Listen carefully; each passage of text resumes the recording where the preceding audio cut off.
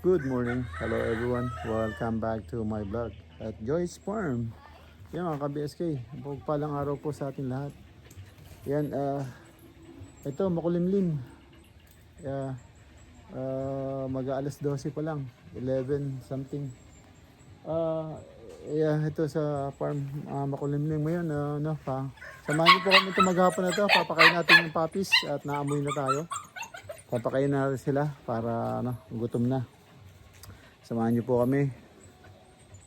Ayan, papakainin po natin sila. Ayan, behave na sila, They behaving, they sitting down. Okay. Nice.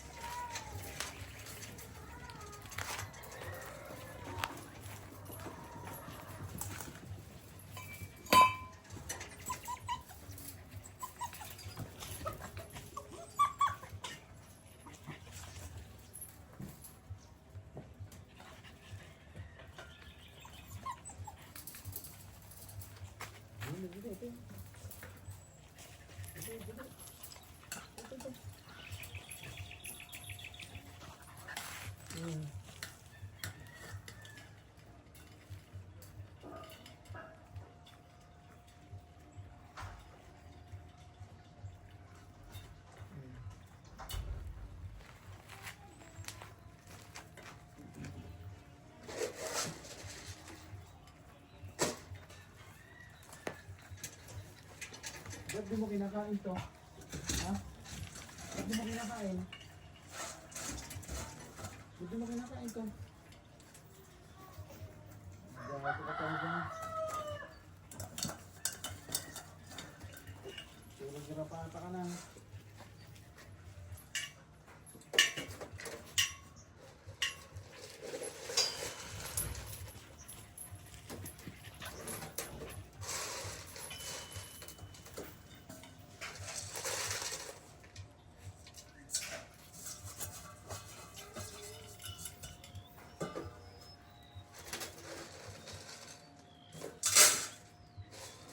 Hindi kita bibigyan ng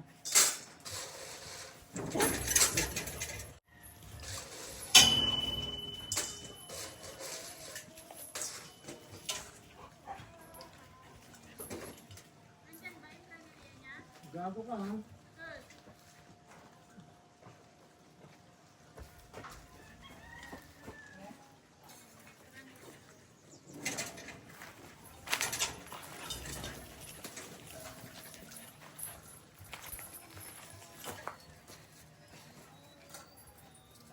Ito.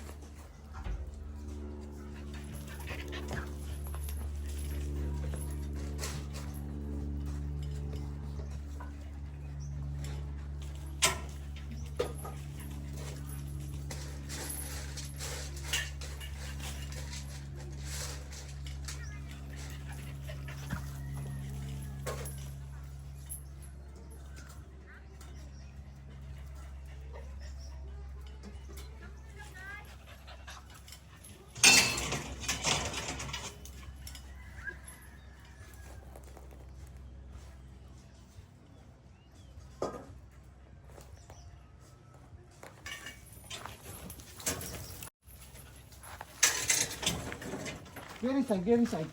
Get inside now. Inside. Inside. Ka. Yan mga kabiskay. Kuha po tayo ng tubig para makainom sila. Yan, kailangan malinis para tas babantayan natin para uminom sila.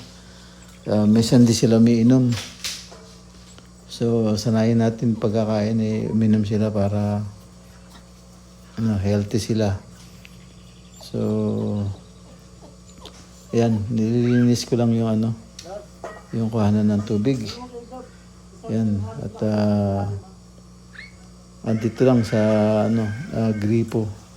Gripo dito sa lababo ng common CR sa labas. So, malapit lang dito. Yan.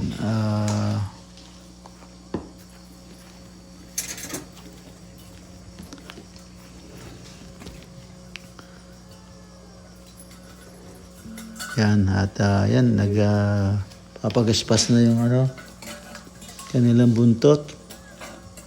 Nakita na nila yung tubig. So, nasasanay na sila na after nilang kumain, yan, iinom sila. So, yan.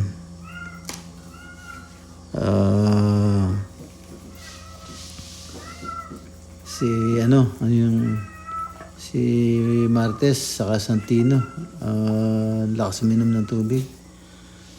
So, yun. Hindi natin sila pwedeng babara ng tubig sa loob kasi. So, sinasanay ko lang sila para dahil pag nakakawala sila, ang dumi nila. So, naggumugulong-gulong sa lupa. Panay ang laro, maabot dun sa kabilang bakod. So, mahirap kasi baka may tanim sa kabila, baka masira nila. Pagmumultahin tayo. So, ito. Umiinom pa sila. Yan. Pati si Tanggol. Yung kulay puti. So, yun, mahina uminom ng tubig yun Kaya, sinasanay natin. So, yan. Pero ang lulusog nila, ang bigat. Bilog na bilog. So, kailangan nating ipa-vaccine ng anti-rabies. So, pwede na siguro tong edad nito. Kasi na sila, mag 2 months, mahigit na. So yan. At linisin lang natin yung kanilang pinagkanan para pag papakainin natin mamaya, malinis na yung kainan nila. At may sobra silang tubig. At tingnan natin, painom natin sa kanilang nanay na si Nikki. Kasi tapos na rin kumain.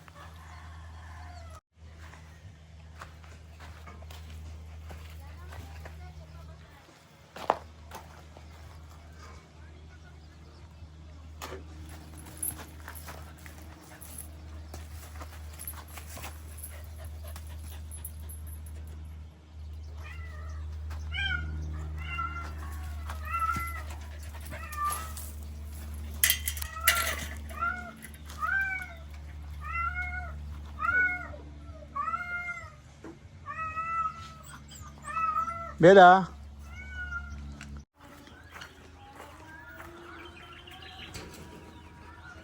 Yan mga kabeskay. Tatayuan natin ng ano yan. Ng yung para pag nag-breeder ka, nagpa-itlog ka, dyan sila kanya-kanyang ano sila, lahi, yung bloodline. So alam mo kung anong pares yun. So yan, lalagyan ng asintada hanggang ganun kataas. Tapos tatambakan ng isang hollow block backfill para pag tag-ulan hindi magpuputik. Tapos lalagyan ng bubong dito. So yan, diyan ang itlogan ng ano. Mag-aalaga tayo ng ano, ng manok na Texas. Kahit ano, Claret, Golden Boy, yan. Sweater or yan, kung anong maalagaan.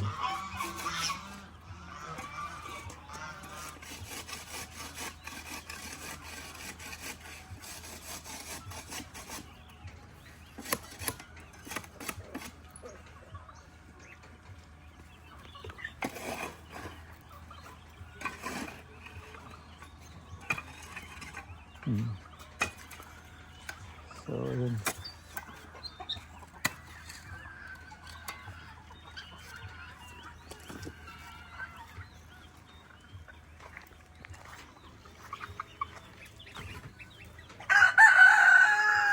Sisiw.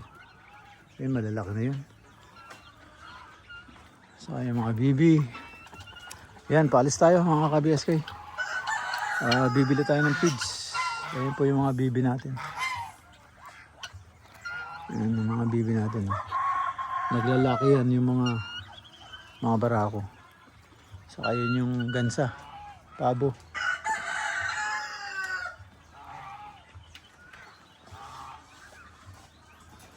So ayan, tuloy na tayo.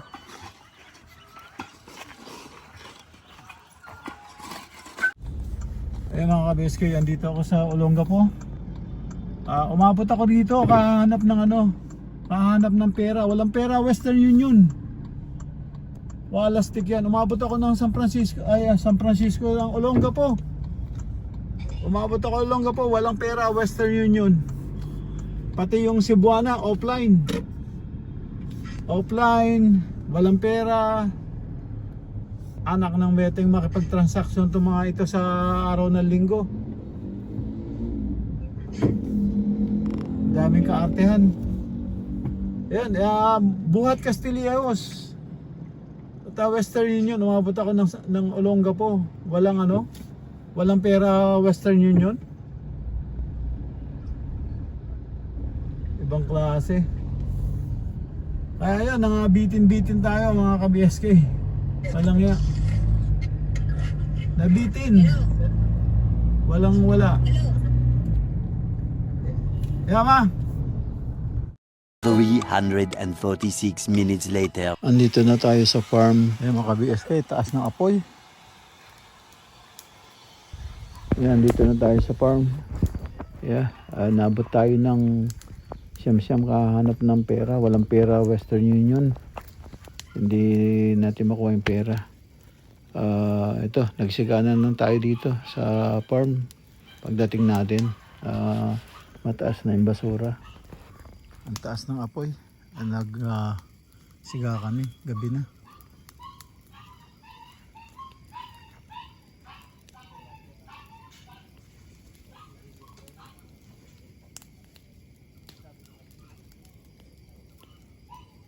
Parang nasunog yung mangga.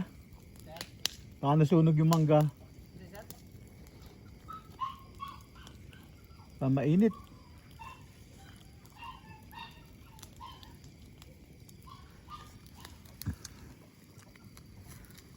Yan, malamig ang gabi.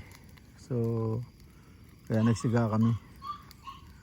Tapos papakainin ko yung mga tuta uli, parang nagugutom sila. So yan yung dating incubator ko, napabayaan na sa labas. So baka napuno na ng hanip kasi nilagay sa loob ng kulungan. So kaya pinasunog ko na. Gagawa na lang ng bago. So yan. Sinunog na lang namin. Tumaas yung apoy kaya napalabas ako Yung apoy tumaas. Ayun. Sana yung firefly niya firefly niya dapat mamatay bago bumaksak. Mahirap na kasi baka gumapang yung apoy.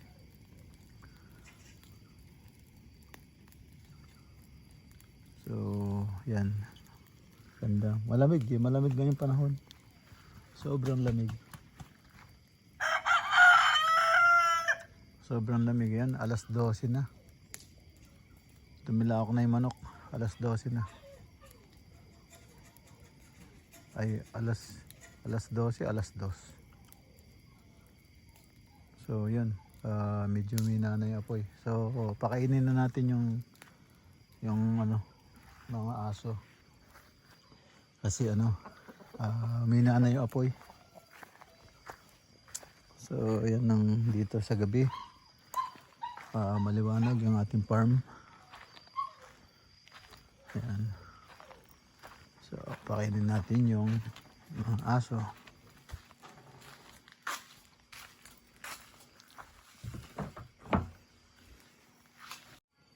Yan mga kabeskay, yung mga puppies papakainin natin ng gabi kasi nagugutom.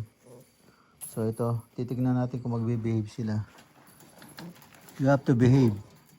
Sit down and behave, or else I'm not gonna give any food.